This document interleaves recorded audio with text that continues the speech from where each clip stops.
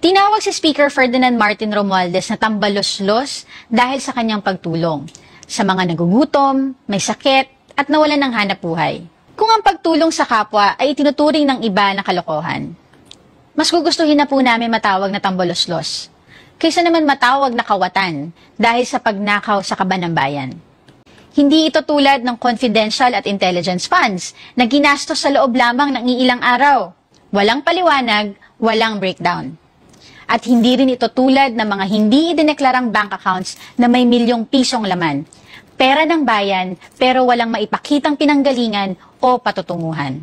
Si Speaker Romualdez at ang Kamara ay patuloy na nagtatrabaho, naghahain ng batas, nagbabantay ng pondo at nagdadala ng serbisyo sa mga nangangailangan. Malinaw po, wala sa kilos, pananalita o gawain ni Speaker Romualdez ang pagtakbo sa 2028. Hindi siya nagpapakita sa media para magpasikat. Wala siyang press con para magpabango. Hindi rin siya gumagamit ng TikTok or vlogs para magpa-cute. Ang inuuna niya, serbisyo, hindi sariling interes.